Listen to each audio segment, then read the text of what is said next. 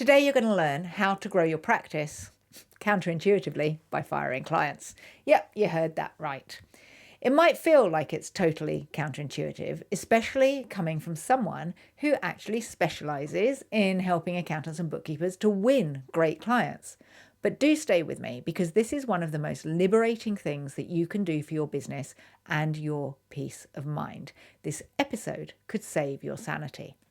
Now, you might be thinking, Amanda, why should I listen to you about sacking clients? Well, I have been doing this work for 26 years, actually more than that. I have seen accountants build thriving practices and I have seen them burn out completely and be really, really unhappy and exhausted, all because of the kind of clients that they have allowed into their world. And I myself have personally walked away from huge, huge contracts, really scary ones that made my bank balance cry a little. But you know what? Every time I've come out the other side stronger, freer, and ironically more profitable. So what I'm sharing with you today isn't just theory. It is about me being on the front line myself and being on the front line with clients. Let me tell you about Joey. So she was a client of mine for about 6 months actually, and she was one of the amazing clients in the Business Advisor Academy. She came to one of our calls right at the beginning of our journey working together, and she was completely drained. You could see it in her face. Her team were not very happy, morale was low, and all of it traced back to just one toxic client. And you know the type: demanding, disrespectful, always pushing boundaries, wanting their pound of flesh. But just a few weeks into working with us, Joey landed a $120,000 contract, and it was an advisory client. It gave her the confidence to finally say enough is enough. So she let the, what I call, vampire client go. And the mood of her entire business lifted overnight. But freedom isn't just a feeling, it's a decision. You can make a decision to be free. So the next thing we have to think about in this video is, how do you know if you've got one of these energy suckers? I call them vampire clients. Let's break it down. Not every tricky client, though, is a vampire. But if they constantly drain your energy, if they disrespect your time, if they leave you questioning your life choices, they probably are. I don't know if you've ever had an email and you've gone, oh my God, no, I don't want to open that email. I really don't want to hear from that client. That is a vampire client. So we're going to walk through how you're going to spot them, why they're so damaging, and what you can actually do about it. So vampire clients aren't always obvious. Sometimes they actually come to your firm and they seem really charming. They're the ones that seem easygoing, right? Maybe they even flatter you and make you feel good about yourself. But over time, their true nature starts to show. They start paying late, or maybe they don't want to pay as much and they question your price. Maybe they start micromanaging you or ghosting you. Have you ever tried to get information from a client and they're ghosting you? They maybe question your advice and say, I'm not sure. Maybe they push back on what you're saying, on your processes, and ignore your boundaries. This is something that they can morph into. And the real kicker is when you check your calendar and you see their name, you're like, oh my God, I don't want to work with them. You don't have the butterflies of excitement. You just have pure heavy dread. That's your gut telling you that's a vampire client and you have to trust it. So what we're going to do now is, now that you know what to look for, let's talk about why this matters so much. Because it isn't just about those difficult emails or annoying calls. This is about you. It's about your energy. It's about how your team feels. And it's about your business success and your profits and just the overall feeling of even running your business. So we're going to have a look at why you must let these vampire clients go. Because I have seen vampire clients destroy businesses from the inside out.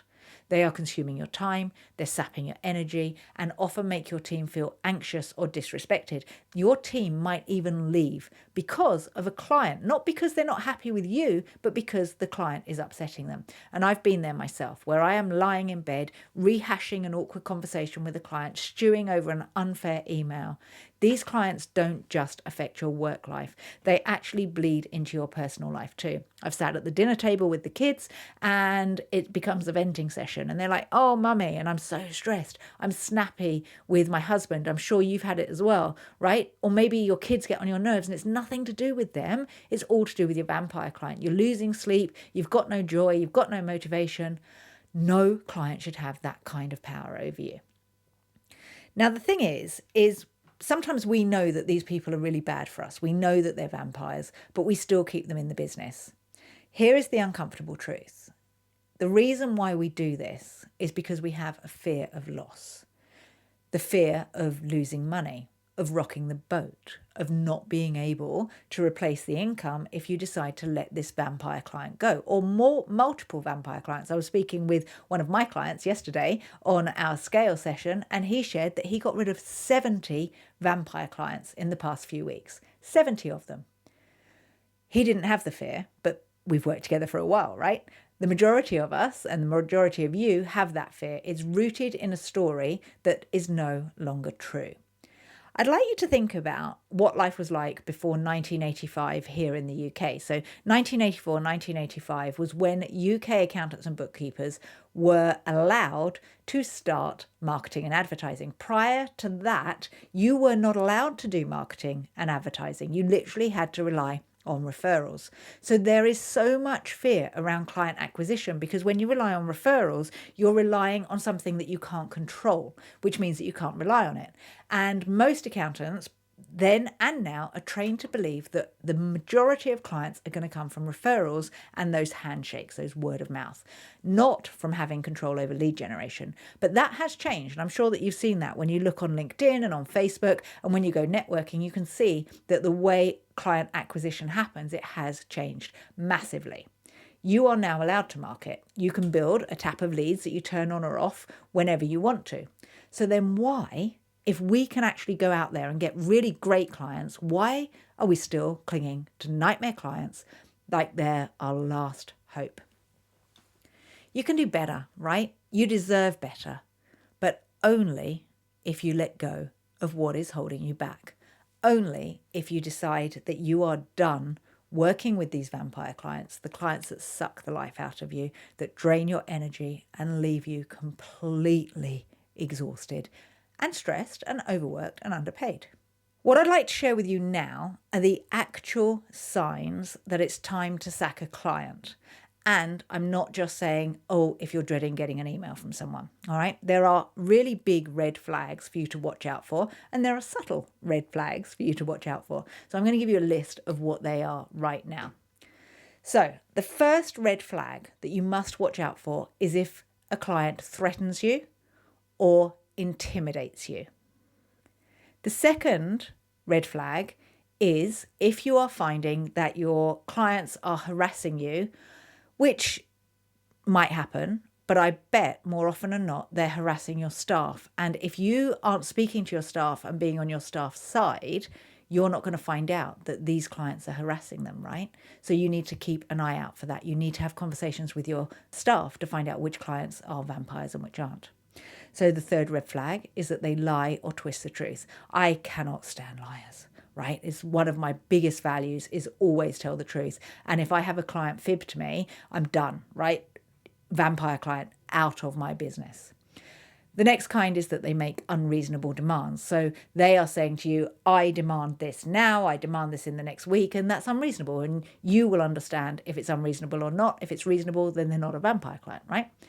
The other kind is that they contact you at crazy hours. Now, they could be a vampire client. What I would say, though, is that you have to have boundaries when you start working with a client and you have to frame the relationship. So if you've told someone that they can contact you 24/7 and they are, that's not a vampire client, that's bad boundaries. So just keep an eye on that. And then the next one is that they constantly pay late. So I have one person who I absolutely really love, but is a bit of a vampire client because they always miss their payment. It's not that they don't want to pay, they're just really badly organised, but it does make them a bit of a vampire client because we do have to chase them all the time. If they refuse to follow instructions and then blame you for not getting the results that they want, or play you off against other firms, this also means that they are vampire clients. And then this one's the most important one. The moment a client asks you to bend or break the law, out they have to go. It's not just about them being a vampire client, it's that you could literally lose your business overnight, okay? Even one of these different red flags that I've shared with you should raise a serious eyebrow. But if you're ticking more than one box, it's probably time to act. Just like I said before, like with my client last week, getting rid of 70 of these things, which is so amazing. I was like in shock, but he was like free. Like he felt absolutely alive because he got rid of 70 of his clients. So the next step, once you have decided to go, these are vampire clients, or this is a vampire client, you have to elegantly, and I mean elegantly, sack them without drama, okay? So I'm going to talk you through how to slay a vampire. Okay, step 1 is check your letter of engagement. Make sure you're legally able to disengage and know if you need to give notice. And if you do need to, you have to do that. You can't just cut them off. Step 2 is finish existing projects that you're working on. Wrap up your work cleanly. Don't ghost these clients. It's not fair on them. Don't leave things unfinished because it will come back and bite you on the butt. Step 3 is check your ego. Make sure that this isn't just a reaction to a bad day and that you're just throwing your toys out of the pram. Consider their entire client history. Is it a pattern or is it a one-off? Step 4 is put them on probation, because if the revenue is too significant to walk away from today, give them a chance to shape up. Set expectations and hold them to those expectations. And then 5 is send a clean disengagement letter. You need to be polite, you need to be clear, you need to be emotional free. Let them know that your practice is evolving and they are no longer the right fit for you. No blame, no drama, just you free. That's what it's all about, right? So if you want to replace your vampire clients with dream advisory clients, there are many videos that you can go and watch, but how about going to watch this one? How to show the value of your advisory offering. It's packed with practical steps that will get you those high value advisory clients, which then means you can sack the vampire ones that probably don't pay you very much. Another thing that I would suggest you do is go and grab the free Business Advisor Playbook. It's going to show you how to position, package and price your offers so that you never need to tolerate those toxic clients. Again, the link is in the description underneath this video. You see, you don't need to suffer for success. To have a great business doesn't mean that you have to have bad clients. You don't need to be drained. You don't need to be disrespected. You don't need to be devalued. You are allowed to protect your peace, your energy, your team, how you feel. So go out there, slay those vampires and build a business that gives you life. Thank you for watching today, and I'll see you in the next video.